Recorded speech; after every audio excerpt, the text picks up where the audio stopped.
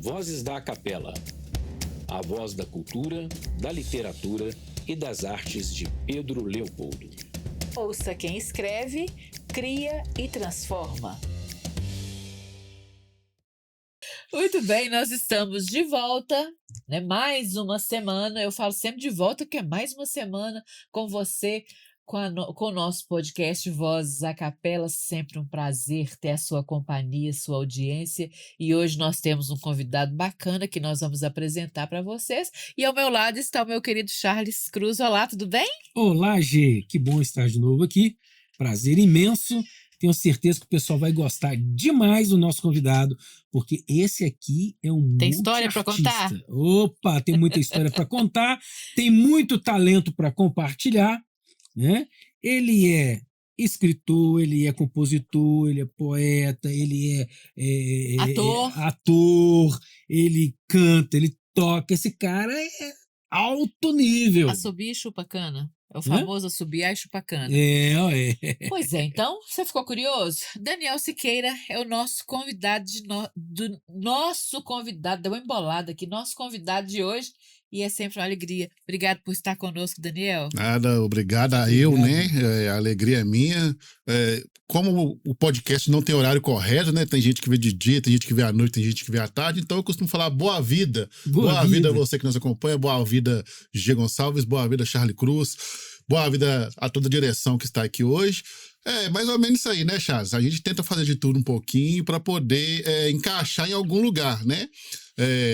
Em alguns lugares meu apelido é camaleão, porque eu consigo me adaptar a várias maneiras. Ao que está acontecendo ali, eu me adapto.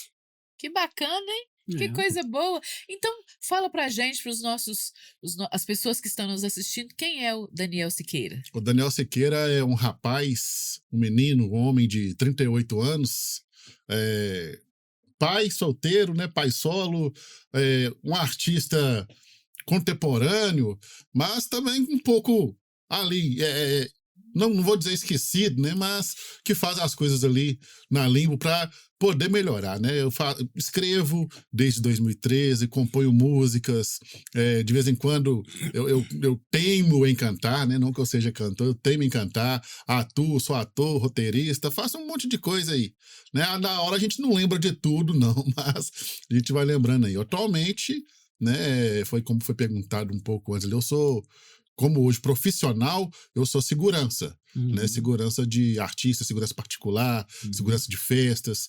Então esse é o ramo onde eu atuo financeiramente, né? Mas as outras coisas aí que a gente mencionou, eu faço por enquanto, eu faço por amor mesmo. Então, e aí você vai falando e eu vou pensando aqui num monte de coisa para saber, porque eu sou curiosa e quando eu entrevisto, eu fico pensando no que você também aí em casa fica querendo saber. Aí você falou pra gente que você é segurança pessoal de artista de festa. Tem alguma história interessante para contar pra gente nessa área? Aí, algum episódio que aconteceu que você lembra assim, ó, isso daqui eu posso contar, porque tem coisas que nem deve poder Não, contar, tem coisa enfim. que não deve contar, tipo... Eu faço ideia que tanta história que você tem, depois você me conta. Rapaz, o Cruzeiro do Neymar foi uma situação coisas que a gente via, coisas que não pode ser falado. Mas eu posso contar uma de levinha, que eu acho que ele não vai ficar bravo comigo, não, que foi com o Luan Santana. Eu era segurança do Detal, né, do presidente do evento, que comanda o evento. Detal é um evento a nível nacional? A nível mundial, né? Aí trouxe para o Brasil há 4 anos atrás, acho que esse ano tem novamente, né? Então, a primeira edição, eu fui segurança do dono da festa.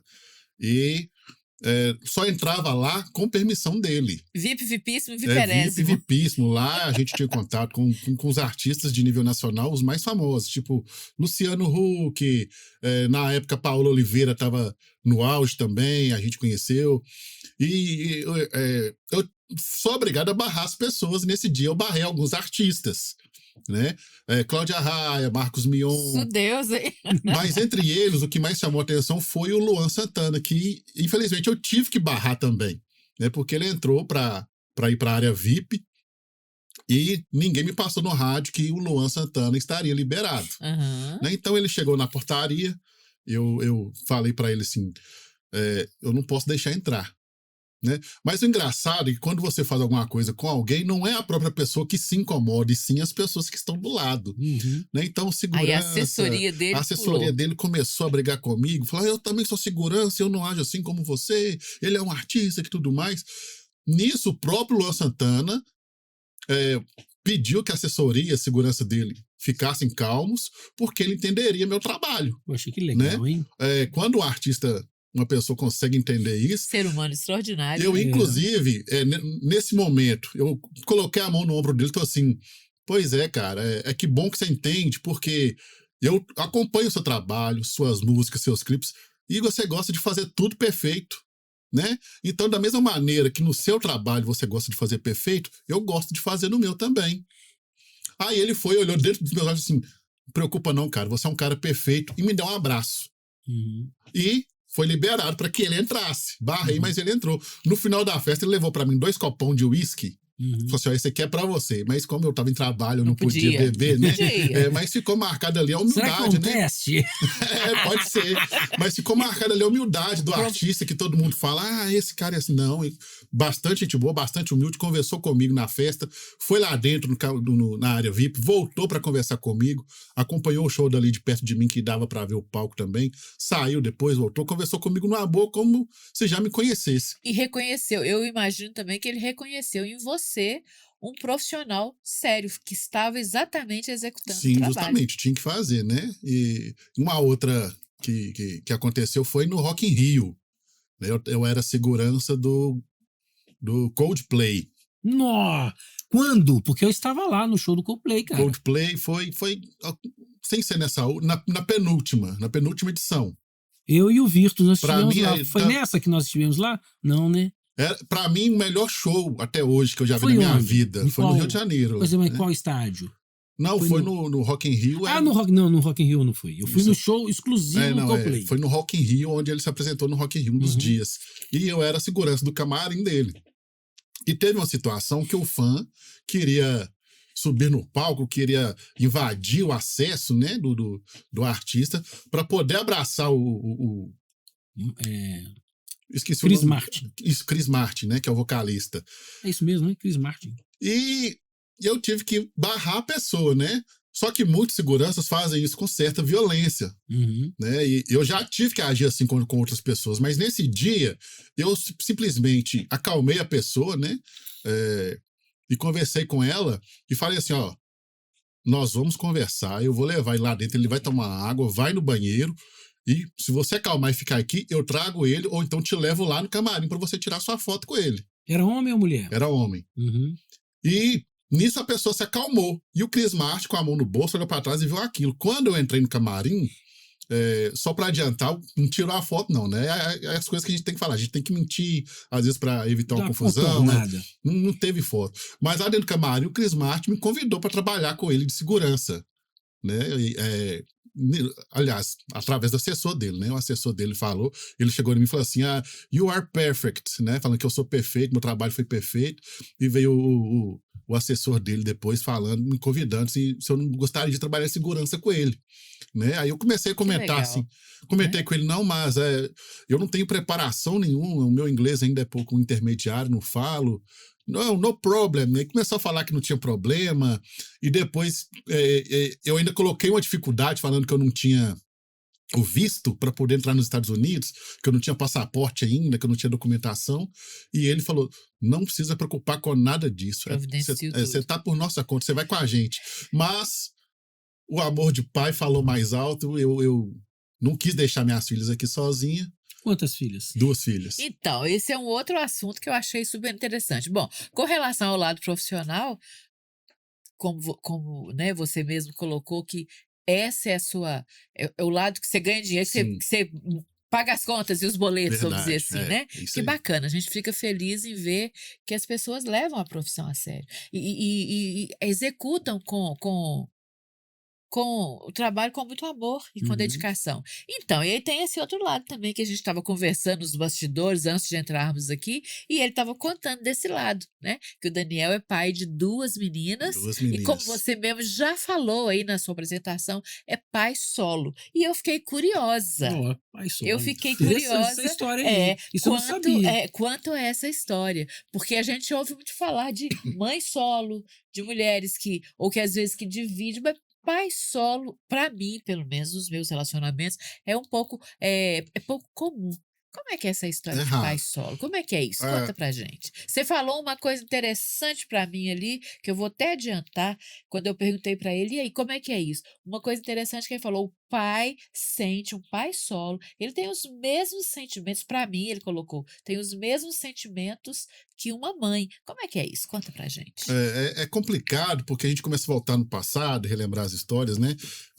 Nesses percalços da vida, você que nos assiste aí, nós temos o risco do relacionamento não dar certo, Sim, né? E os filhos não podem sofrer por isso, sim. né? Inclusive o fato que aconteceu de eu pegar minhas filhas para morar foi justamente pensar num relacionamento que não daria certo do outro lado de lá, e isso ocasionar alguns traumas ou até mesmo alguns tipos de violência e abuso contra as minhas filhas, né?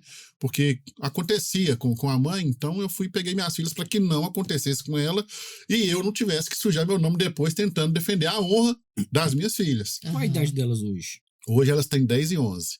Então, quando elas tinham Novinhas. 1 ano de idade, eu peguei elas para criar, né? A mãe não quis mais relacionamento comigo, não deu certo, tudo mais, mas só que eu senti o amor pelas minhas filhas. Sempre cuidei delas, sempre tive do lado, na gravidez, corria atrás, brincava, trocava fralda, o primeiro banho foi meu, a primeira música cantada foi a minha no ouvidinho delas, Ai, que a primeira delícia. fralda, a primeira mamadeira, tudo. Uma coisa que é diferente, mesmo com a mãe do lado, tudo primeiro foi eu. Primeiro passo foi comigo, primeira palavra foi papai, né? Das duas, inclusive. Então, aquilo não tem como um ser humano passar por esse tipo de coisa e não sentir um sentimento especial. Muito amor, né? É muito amor. Parece que existe uma ligação muito grande entre vocês três, né? As duas e você. Não é demais.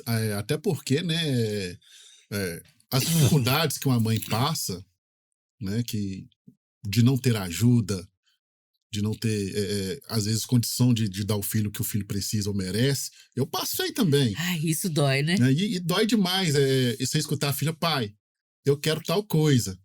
E você não poder dar, né? Às vezes a gente tem a opção de dar ou não, né? Vai fazer bem ou não. Você analisa se vai fazer bem ou não, então você não dá por opção. Mas quando você não tem a condição de dar, aí machuca demais. Uhum. Né? Então, peguei as minhas filhas para criar, criei. Eu dividi o tempo entre trabalhar e cuidar delas. Né? Quando eu precisava ficar mais tempo, eu tinha as minhas pessoas de confiança com quem deixava. E assim, gente, eu não fazia questão do meu dinheiro, né? Então o salário que eu ganhava, não importa qual salário que eu ganhasse, se era um salário mínimo ou se era um salário maior, metade eu deixava com a pessoa que cuidava das minhas filhas. Uhum. Eu falava com ela, meu salário é isso, o que eu posso te dar é isso, né, por mês. Então eu partia meu salário na metade com a pessoa que cuidava das minhas filhas. E assim foi até os 10 anos. Inclusive quando eu fui para o Rio de Janeiro, pro Rock in Rio que eu tive esse acontecimento com o Coldplay, eu deixei ela com a pessoa de confiança, né? Então, ainda não pensava, nem questionava se algum dia ia morar com a mãe ou não, morava comigo ainda. Então, foi nisso que eu pensei, não, eu não posso ir deixar minhas filhas sozinhas, como é que eu já saio daqui do trabalho com elas pensando que eu vou voltar, elas tinham 6, 7 anos de idade. Elas achando que eu vou voltar com saudade, daqui eu já saio para viajar e deixar elas para trás. Porque o Cris já queria que você já fosse de lá mesmo? De lá mesmo. Não podia nem vir buscar as meninas? Não, eu não ia nem continuar o resto dos dias de trabalho lá Não, e não dava mesmo. Não. No Detal. Uhum. Eu já ia, naquela noite ali, eles já iam pro hotel, ia pro hotel com eles e no outro dia já ia partir para onde eles fossem lá, para turnê. Aí é difícil demais. Né? Aí já falei para isso para as pessoas, é uma oportunidade muito boa é a oportunidade da minha vida. Um dia pode ser que eu arrependa, valeu a pena Não ou sei não. se você né? é tão fã do Coldplay como eu e o Virtus. Demais, sou fã demais. Desde Deve ter pequeno. sido uma decisão Balança, muito... né, as desde estruturas. pequeno. Ô, né? Gê, o show deles, eu já fui no show, eu já fui em alguns shows internacionais, né? Do Paul McCartney, do U2, do Coldplay. E eu vou te falar um negócio. O show do Coldplay, não sei se lá no Rock in Rio foi no naipe que eu fui lá no Rio de Janeiro, que foi exclusivo dele. É um trem de doido. Pra mim é o melhor show que eu já vi. Né? Muitas coisas foram copiadas daquilo ali para outros shows. É só que em mim eu tenho uma coisa, eu sou fã do trabalho. Eu não sou fã da pessoa só pelo que ela faz.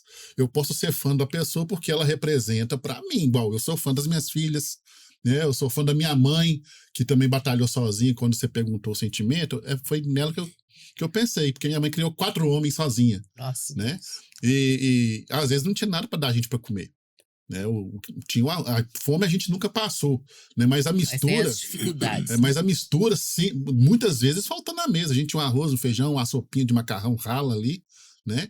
Então a dificuldade que minha mãe passou, isso me fez eu ser um fã dela. Né? Então eu não sou fã de artista, de ficar doido, meu Deus, fulano tá aqui do meu lado. Para mim, como eu dou mais valor para vocês que estão na minha frente do que eles que estão lá cantando e nem sabem que eu existo. É interessante que essas adversidades, quem nunca, né, gente? É muito raro uma pessoa que não tenha passado por dificuldades menores, maiores, e cada um sabe das suas. Mas o que a gente faz dessas dificuldades? Tem pessoas que veem nas dificuldades um motivo para se auto-vitimizar, ou para Justo. revoltar, enquanto que outras pessoas, como você falou, minha mãe teve essa dificuldade, e você se espelhou no que ela pôde fazer, apesar da limitação, para ser uma pessoa melhor. Ela deu o que ela podia, eu acho isso maravilhoso. Quando a gente tem certeza de que alguém, por menor que seja, por menor recurso que seja, mas que dá aquilo que ela tem, aquilo que ela pode dar. Pois é, e minha maior felicidade é o seguinte, eu tive o prazer de ter 2 mães, né, que foi ela que trabalhava muito e uma outra que me criava enquanto ela trabalhava. Essa Deus já levou a COVID, na época da Covid, mas o meu sentimento por ela era o mesmo, um exemplo de mulher. O meu pai adotivo também é um exemplo de homem. Logo depois eu fui saber do meu pai, que eu não sabia nada sobre ele, né? Fui conhecer com 18 anos, mas sabia o grande homem que ele era também, trabalhador. Ele já criou mais filhos ainda. Ele tem 7 do lado de lá. E todos bem criados, nenhum envolvido com coisa errada, todo mundo bem direcionado na vida. E quando todos falam, né? O grande homem que meu pai foi, trabalhando, sustentar a casa, largava serviço horas tarde da noite para pegar no outro dia bem cedinho. Então eu fico feliz por eu ter sido um pouco espelhado nisso, né? E ser o homem que eu sou hoje. Graças a Deus é porque eu tive uma boa criação e mesmo de longe, sem saber, meu pai também foi um bom exemplo. Que bacana, legal. né? Mas fala um pouquinho do artista. Conta pra nós aí. Pois é, rapaz. Ela perguntou quando começou, né? A primeira coisa que eu fiz de artista mesmo, de pensar assim, ó, vou investir nisso aqui. Eu já estava estudando aqui na faculdade, era 2013, eu lembro. Qual curso você fez aqui? Eu fiz contabilidade. Uhum. E foi interessante porque eu estava dormindo e de repente eu comecei a sonhar com algumas cenas muito impossíveis de acontecer. E quando eu acordei, eu fiquei pensando, cara, isso dá uma história. E comecei a escrever o meu primeiro livro, que é um livro de super-heróis, né? Por causa do sonho que eu tive. Nisso, eu comecei a relembrar que eu escrevia música, sem saber eu era um compositor. Nisso eu comecei a pensar, eu já escrevi música para um amigo meu que morreu em tal ano, eu pegava as músicas de artistas famosos, colocava letra por cima, com a mesma melodia. Eu comecei a pensar, eu acho que eu sei de música. E então comecei a compor músicas. Uhum. Então eu compus muitas músicas. Nessa época eu tinha um notebook. O notebook meu tinha mais de 20 mil letras. Suas? Minhas. 20 mil letras. Doido? 20 mil Você letras. tá de brincadeira comigo? Já teve dias de eu escrever 120, 122, 123 letras. Né? Por causa que eu ficava... Não, é porque eu ficava à toa em casa mesmo, né? Uhum. Tinha saído da escola em 2006. Depois disso comecei a trabalhar.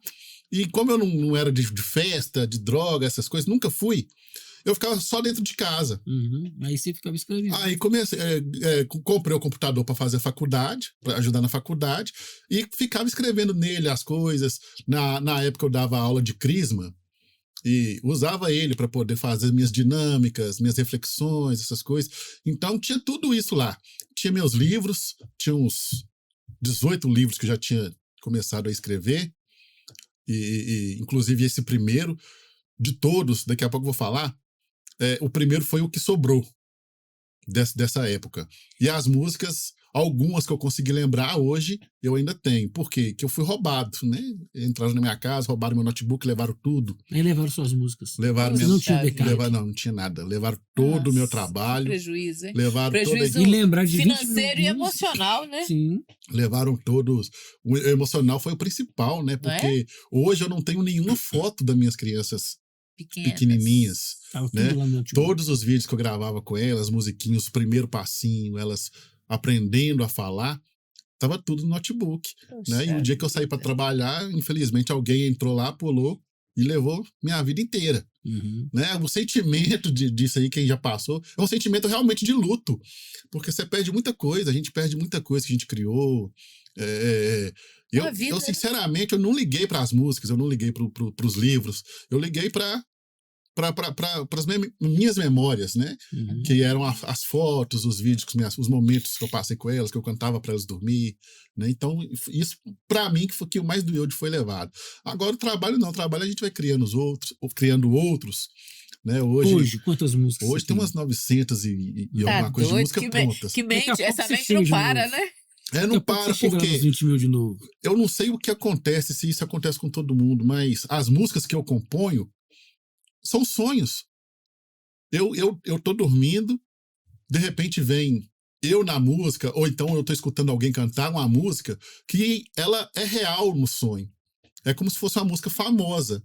Mas quando eu acordo, eu penso, não, essa música não existe. Às vezes a gente dorme escutando alguma coisa e pensa que você tá escutando, dormindo. Então eu acordo de relance e, peraí, não tá tocando nada.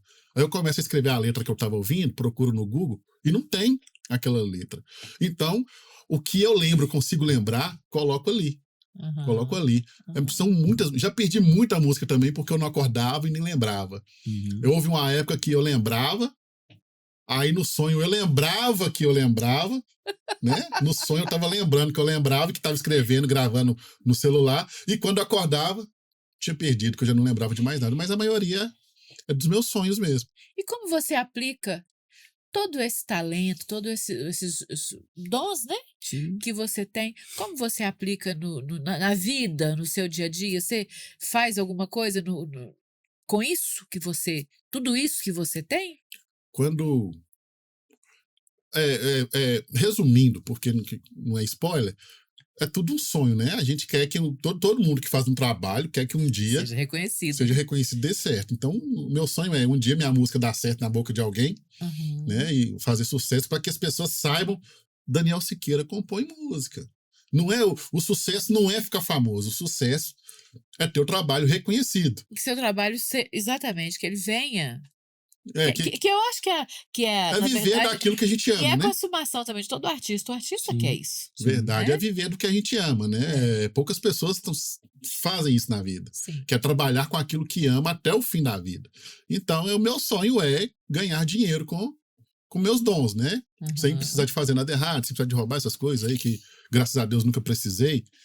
Então, meu sonho é esse. O que eu faço é o seguinte, se alguém precisou de ajuda, Daniel, eu tô precisando de uma música, já fiz isso por alguns cantores, escrevi música para algumas cantoras que são amadores também, né?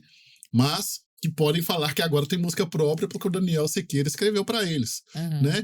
E o que a gente está tentando fazer agora é agenciar esses cantores para poder eles terem uma chance, né? Que todo mundo precisa de uma chance. Sim. Um dia Zezé de Camargo teve uma chance, um dia Eduardo Costa teve uma chance, um dia Silvio Santos teve uma chance. Sim. E eles aproveitaram essa chance, né? Então tudo que a gente quer, que a gente precisa é uma chance para mostrar o trabalho da gente. E a sua expectativa com a capela? Você acha que a capela pode contribuir com isso? Você acha que você também pode contribuir com a capela? Me fala um pouquinho qual que é o seu Você tá sentimento. doido, a capela pode contribuir demais, né? Eu não tenho olhar financeiro nas coisas. Eu tenho olhar financeiro no meu trabalho. Né? Eu preciso trabalhar para sustentar minhas filhas, minha casa, pagar minhas contas, né? Isso eu faço trabalhando. Né? Agora, com a capela é um sonho a se realizar. Né? Não só meu, mas de muita gente, de ter o trabalho reconhecido ali. O trabalho que fizeram aí ontem na ABB foi um trabalho Lindo, né? espetacular. Né? Lindo. A capela faz trabalhos espetaculares.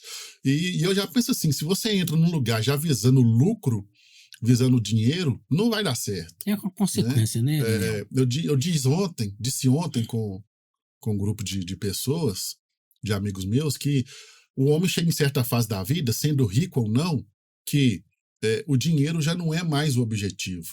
E sim os trabalhos darem certo, né? Uhum. Os projetos do homem darem certo. E aquilo, dinheiro nenhum paga. Eu conheço homens ricos que têm projetos que fracassam, e isso atrapalham eles demais. Frustra, né? Frustra bastante. E tem homens pobres que têm projetos que não têm chance de ser evoluídos por causa do dinheiro. Né? Então eles confundem muito em ganhar dinheiro e ter sucesso no projeto. Lembrando que ter sucesso não é ficar famoso. Né? Ter sucesso é ver um projeto seu que realmente deu certo. Né? Então é isso que eu espero, tanto da capela, quanto eu espero que a capela espere de mim um dia também. Um trabalho que eu fiz para a capela dar certo, nossa, imagina que felicidade, né? Essa troca, né? Essa contribuição é fantástica, né? E outra coisa que eu prezo muito é a gratidão, sabe? Sim. Não querendo entrar em questões políticas, mas eu não sou um cara político. Né? Eu não tenho lado de direita, lado de esquerda, porque eu acho que isso divide uma nação. E não é o objetivo da vida da gente, né, dividir uma nação. Não era o objetivo bíblico dividir uma nação, mas precisou ser dividida. Né? Nessa divisão ocasionou tudo que acontece hoje. Começou a escravidão justamente nessa divisão de povos. Na época, começou o amor desenfreado pelo dinheiro nessa época também, porque tinha umas tribos que eram mais ricas que a outra. Né? Então tudo começou na divisão de povos. E as pessoas não entendem que a divisão de povos elas só vão atrapalhar. Né? Hoje nosso Brasil é dividido nas questões políticas, nas questões religiosas. E o que isso tem ajudado? Não tem ajudado em nada. Né? Então, por isso eu não tenho lados. Né? Eu tenho convicções. A minha convicção é uma, a pessoa de esquerda tem uma, a pessoa de direita tem outra. E eu posso pegar parte de umas e parte de outras e viver e ser feliz. Né? Mas, infelizmente, não é a nação que a gente vive hoje. E falar nisso, Daniel, eu estive lá assistindo uma peça teatral que você fez lá na igreja, como é que chama aquela igreja? Sagrado Coração de Jesus. Igreja Sagrado Coração de Jesus, no bairro Teotônio Batista, aqui na cidade de Pedro Leopoldo. E não só você, mas o Vanderlei Dias também. Sim, o Vanderlei é nosso diretor. Ele é o diretor. E, hoje o homem aí, rapaz, Bom de serviço. Bom de serviço, viu? Menos, né? Excelente ator. Não só ele, como o Vanderlei Dias também, né? E a Faculdade de Pedro Leopoldo, que é essa faculdade onde nós estamos aqui, gravando o podcast Vozes da Capela, que é a faculdade que abraçou maestrinamente aqui o nosso projeto, então também é a sua casa de formação. Então, além da formação em contabilidade, você tem alguma outra formação? Você fez aqui o bacharelado em contabilidade aqui na faculdade? Não, eu comentava, né? Eu fiz, mas não terminei. Eu cheguei até o último. Devido a alguns problemas familiares, né? Principalmente com os meus filhos, foi na época mais ou menos que eu estava começando a separar, né? 2014, era meu último ano de faculdade, mas a gente tem que fazer certas escolhas, né? Então não deu certo. Mas eu consegui, mais tarde, me formar como segurança. Né? A gente faz o curso de vigilante patrimonial e esse curso ele é enraizado, tem outros cursos. Então eu me especializei em segurança pessoal, porque, igual eu falei, como eu não tenho muito ego de artista dentro de mim, do artista que é famoso dentro de mim, de ficar ajoelhando, de ficar tremendo, essa coisa, para mim é uma pessoa normal, então me especializei nisso. E realmente eu trato eles como se fosse uma pessoa normal, converso, como estou conversando com vocês aqui agora. E mais tarde, há pouco tempo atrás, eu estou pegando aí alguns diplomas de terapeuta, né? Porque eu fazia terapia de casal, ajudei algumas pessoas, graças a Deus, ao relacionamento estar novamente unido, né? E estou me especializando nisso agora. Terapia emocional, né? Que é a terapia de casal, mulheres, adolescentes, crianças. Como eu trabalhei muito com adolescente na Crisma, né? Uma especialidade minha era conversar com eles, tirar eles do problema que estava dentro de casa, para colocar dentro da igreja e mostrar para eles que tinham uma saída e que não era o fim. E você canta também lá na igreja? Canto, tem um coral na igreja também onde eu canto, né? Sozinho é quase que um desastre. E quem que é o padre lá na igreja? O Padre Ângelo. Um abraço pro Padre Ângelo. Padre Ângelo, muita gente boa, Padre Ângelo. Eu tô achando que eu conheci o Padre Ângelo. Não conheceu, ele estava lá no dia. Não, mas também o dia que eu fui na Unicom, onde você apresentou. Sim, ele estava lá. Ele estava lá. Estava lá. É ele? É aquele? Mesmo, é aquele lá. Então eu conheci ele. Aquele é o Padre Ângelo, gente boníssima. Uhum. E é isso aí. Tô me especializando agora, tô tentando olhar o mundo dos autistas, né? A terapia em cima dos autistas. Porque que toda nação, todo mundo que está indo nos psicólogos hoje está sendo considerado autista. Não só crianças, adultos também. Algum problema tem. Porque o autismo é um caso sério hoje, mas não é uma coisa desenfreada, não é um cartão de visita que você pode dar para todo mundo. Né? Você não pode falar que todo mundo é autista por causa que alguém é superdotado em alguma coisa. Né? Eu acredito que se a gente olhar o autismo com os olhos mais fixos naquilo, sem romantizar, você vai ver que o autismo ele tem uma seletividade ali. Não é todo mundo que tem certos dons, que tem certas timidez, que é autista, não. E isso aí, não sei como é que é, porque eu estou estudando ainda, mas tem atrapalhado muitas famílias. Eu conheço uma mesmo que deu o diagnóstico de autista para um rapaz de 28 anos, que o rapaz viveu a vida inteira normal, depois que ele teve esse diagnóstico de autista, até em suicídio o cara pensou, por achar que autismo é uma doença muito grave, é uma coisa que vai levar a pessoa à morte, que vai acompanhar a pessoa para ter certos tipos de experiências ruins. E não, a gente tem que estudar bastante isso aí para poder dar o diagnóstico certo para a pessoa. Você também escreve poesia?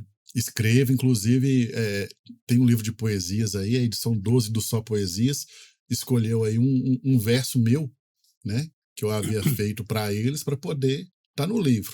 Que bacana. Só que ainda não mandou para mim o livro também, não. Tá querendo que eu compre um livro. Manda um livro para mim, Só Poesias, porque eu escrevi aí e deu certo. E você faz parte do clã da poesia também? Não faço não. Você conhece? Não, conheço. Então depois eu vou te explicar. É bem interessante. Acho que vai ser legal você participar do clã da poesia.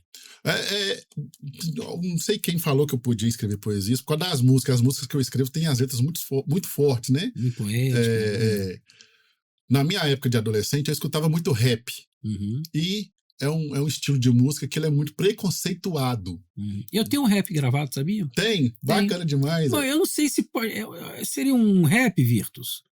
Aquela 150? Vou te mandar, tá no Spotify. Bacana demais. Olha como é que é. Eu escutava muito rap. Existia dois que estavam muito no auge na minha época, que era Racionais e era Facção Central. E muita gente falava que esses dois faziam apologia ao crime.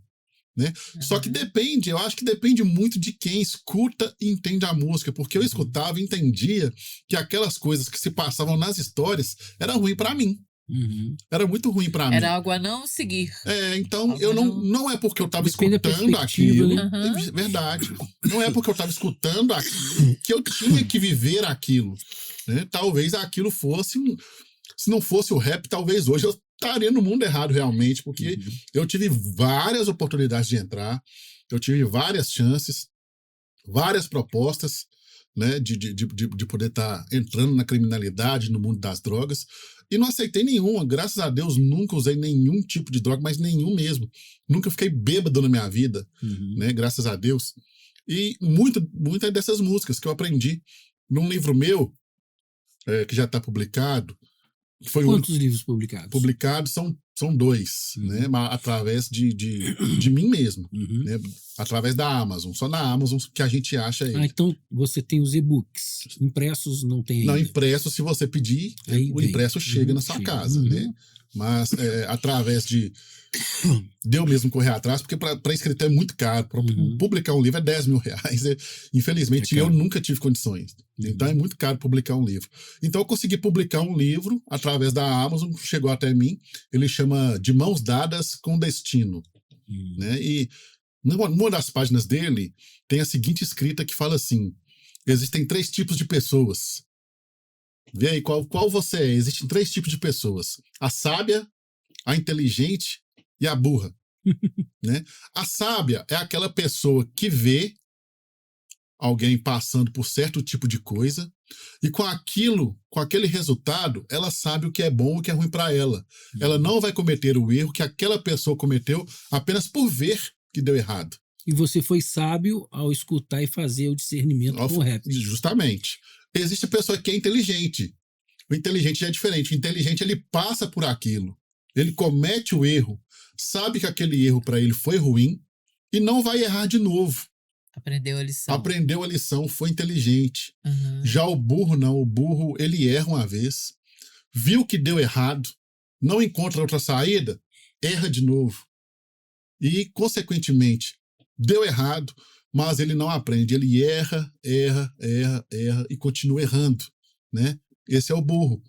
Né? Que por mais que você ensine, por mais que ele passe por percalços, por mais que ele vê que não vai dar certo o caminho que segue, ele continua dando murro em ponta de faca. Né? O que acaba ferindo ele para sempre ali. Aí alguém me questionou uma vez: o que é melhor ser? É melhor ser o inteligente ou é melhor ser o sábio? É melhor ser os dois, né? Porque a gente sempre erra também, né? Não, pois é, mas como era um questionamento meu, eu falei com ele assim: não, é melhor ser o sábio, porque o sábio vê o que acontece e não faz, né? E ela me questionou com o seguinte rebote: mas ser inteligente te dá experiência. Você passou por aquilo, viu que não deu certo e não fez mais. Ou seja, o inteligente passou por aquilo. Ele tem uma experiência que o sábio não tem. Ele passou por uma coisa que o sábio não viu. Eu acho que aquele que é inteligente, sábio, é melhor. Por quê? Ele aprende com a experiência do outro. É melhor do que você aprender com a sua própria experiência. É o sábio. É o sábio, mas um sábio inteligente. Não passa pelo desgaste. Porque o inteligente, ao meu ver, é aquele que ele aprende com a profundidade do conhecimento e não apenas com uma informação. O sábio, ele aprende com a informação, não necessariamente com conhecimento. Eu faço uma distinção entre o conhecimento e informação. Informação é algo superficial. O conhecimento é algo profundo. Então, o inteligente é aquele que aprende na profundidade. Por isso que muitas vezes, nessa colocação, ele erra e aprende porque ele foi lá no profundo, vamos dizer assim, no fundo do poço. Sim. E ele aprendeu, né, com essa experiência. Então, o inteligente sábio, ele aprende com a profundidade do seu conhecimento, que ele busca o conhecimento, porque não necessariamente o inteligente é só aquele que aprendeu com o erro, mas é aquele também que buscou o conhecimento, que não ficou apenas na informação. Então tem muita gente que é inteligente, mas não é sábia. Então é um problema. Mas a pessoa que é inteligente e sábia, né? Porque tem gente que não tem muita inteligência, mas é sábio. Mas por exemplo, sabe? O camarada ganha pouquinho, mas ele com sabedoria sabe usar bem o dinheiro dele, tem mais recursos, né? mais conquistas do que de repente aquele que é inteligente. Basta ler o livro Pai Rico, Pai Pobre, né? Que era o camarada, o pai pobre era o professor universitário que morreu pobre. E o pai rico é aquele pai do colega que ele considerou como pai porque ensinou para ele como fazer o dinheiro trabalhar para ele. Mas ele era um cara sábio, que não tinha tanto conhecimento como o pai pobre, que era o professor universitário, mas com a sabedoria ele usou o recurso dele para fazer com que no final da vida o dinheiro trabalhasse para ele e quando faleceu deixou herança para a igreja, deixou herança para a família e daí, né, excessivamente. Mas essa colocação sua eu achei muito interessante, muito legal, né? Pois é, eu costumo pegar histórias dos outros e colocar uma coisa nela se pensar, né, para você pensar. Outra foi, minha irmã faz um culto na casa dela às quartas-feiras culto evangélico ou Não, católico? Não, dela é um culto cristão, Uhum. né? Ela é espírita, mas Uhum. ela faz o culto cristão lá. A gente lê as passagens, né? Lê a Uhum. palavra, faz nossas orações, né? É porque geralmente os evangélicos chamam de culto, por isso que eu perguntei, né? Geralmente o católico chama de missa, ou reunião de oração, verdade. né? Os Mas é o que eu espíritas têm o Por isso culto do lar. disse. É o que eu não falei, né? sabia. Eu não sou separatista. Uhum. Eu não sou separatista. Desde que algumas convicções minhas estejam Uhum. empregadas, porque eu sou cristão, Uhum. né? Então, me perdoe as outras religiões ali, mas eu não vou num candomblé, por exemplo, né? Eu não vou em alguma de matriz africana, porque eu sou cristão. E no cristianismo, esse lugar para a gente não é sagrado, não é abençoado, né? E eu costumo dizer, que eu sei que eu vou ser questionado por isso que eu estou falando, mas as religiões, elas estão aí para você seguir uma doutrina, Uhum. né? Então, que cristãos ajam como cristãos e religiões de matriz africanas ajam como religião de matriz africana. Cada um dentro do seu, sem prejudicar ou atacar o outro. Uhum. Né? Sem preconceito. Né? Sem preconceito. Eu quero até citar. E você tem toda a liberdade de expressão. Verdade. Não, mas hoje em dia nós estamos num mundo que essa liberdade ela é fantasiada. Né? Tem até gente exemplo, que quer tolir o outro, né? É até o exemplo que eu ia dar agora do culto. Do vereador. Não, do culto. Não deixa eu esquecer, não. Nós vamos voltar. Do vereador Gil dos Statos. Que ele passou por passou por um cruzamento, viu ali um trabalho e deu o parecer dele, né? E no final ele falou assim: não, o sangue de Jesus tem poder. Por essa fala que do sangue de Jesus tem poder, muita gente o criticou nas redes sociais, falou mal, foi polêmica, né? Foi pauta na comissão dos vereadores, né? E ele não soube se defender, ele pediu desculpas. Uhum. Eu jamais pedi desculpas por isso, porque não pode pedir desculpas por ser cristão. Não. Ele não foi a nenhum templo sagrado para poder ofender ninguém. Uhum. Ele não foi na porta da casa de ninguém para poder ofender ninguém. Ele simplesmente passou na rua pública.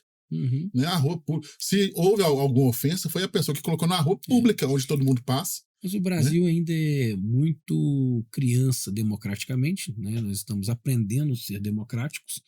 Do jeito que está e nas coisas, eu acho que é difícil demais eu recebi um telefonema de uma pessoa muito preocupada porque um pastor, por nome Jorge Linhares, que é um querido, foi denunciado porque a Escola Batista tinha feito lá um trabalho com as crianças que meninas, né? Uhum. Meninos são meninos são meninas. E alguém se sentiu ofendido e denunciou.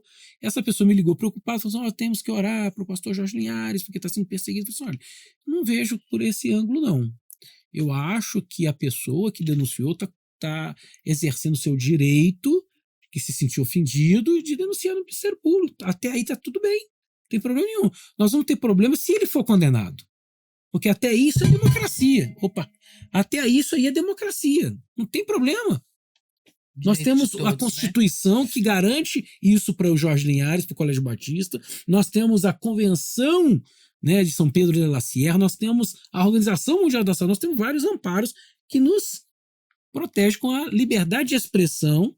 E isso aí não tem nenhum problema. E a pessoa também está exercendo a democracia dela, o direito dela de se achar. Até aí não tem problema nenhum. Fica tranquila, não deu outra. Aí o Jorge Linhares fez um vídeo agradecendo todo mundo pela preocupação, pelas orações, dizendo: olha, estive no Ministério Público, fui muito bem recebido, dei meu depoimento e quero dizer para vocês, nós vamos continuar ensinando que meninos são meninos e meninos são meninos. Pronto! Sim. O camarada lá está exercendo o direito dele democrático. Nós não podemos toli-lo. Então, quer dizer, ninguém vem me tolir também, não. Eu tenho também a minha liberdade de expressão. Verdade, mas né? É que as pessoas confundem muito. Confundem muito. Hoje em dia, o crime hoje é bonito. Né? Tem nomes lindos, o crime tem nome lindo. Mas é porque o Brasil está desenvolvendo. Daniel, a conversa está muito boa, mas eu gostaria que você encerrasse falando sobre o culto lá na casa da sua sim, deixa irmã, eu falar. Porque nós temos mais gente para entrevistar. É verdade. Né? É uma reflexão que eu fiz de trabalho de escola sobre uma história que já existia, né, que é a história do alpinista. Né, o alpinista foi no Monte Everest e falou assim: hoje eu chego lá no topo, hoje eu consigo chegar lá no topo. Então, antes dele subir, seus amigos falaram que lá, vai com Deus, Deus abençoe essa jornada. Ele olhou para os amigos: que Deus, não sei o que, era um cara ateu, né? Que Deus, eu vou chegar lá com o meu esforço. e subiu. Quando ele estava em certa altura da montanha, teve uma tempestade muito forte, de vento muito forte. Começou a balançar e ele se desequilibrou e começou a cair. Nessa hora ele lembrou do que os amigos dele falavam sobre Deus, de tudo que ele escutou sobre Deus a vida inteira, e a única saída dele foi Deus, né? Então ele clamou: Senhor, me ajuda, se o Senhor existe mesmo, me ajuda. Quando ele acabou de falar isso, a corda, pum, deu um tranco e segurou ele no alto. Aí ele, ele não falou graças a Deus, porque ele não tinha esse costume. Só que estava fazendo muito frio, ele olhava para baixo e uma nuvem branca, uma fumaça branca tampava tudo que estava lá embaixo, né? Ele, então, segurou a corda. Nossa, devo estar muito alto. O que eu vou fazer para me sair daqui? Eu não consigo mais subir, os pinos caíram todos. Eu estou estagnado. Então, mais uma vez, ele clamou. Lembrou de tudo que ouviu sobre Deus e clamou: Senhor, se o Senhor me tirar dessa, eu juro que eu vou ser o cristão mais fiel que existe nessa vida. Não vou abandoná-lo jamais. Eu faço tudo, qualquer coisa que o Senhor mandar, se o Senhor conseguir me salvar aqui. Aí ele escutou uma voz: você faz tudo mesmo que eu mandar? Aí eu faço tudo, sim, Senhor, faço tudo.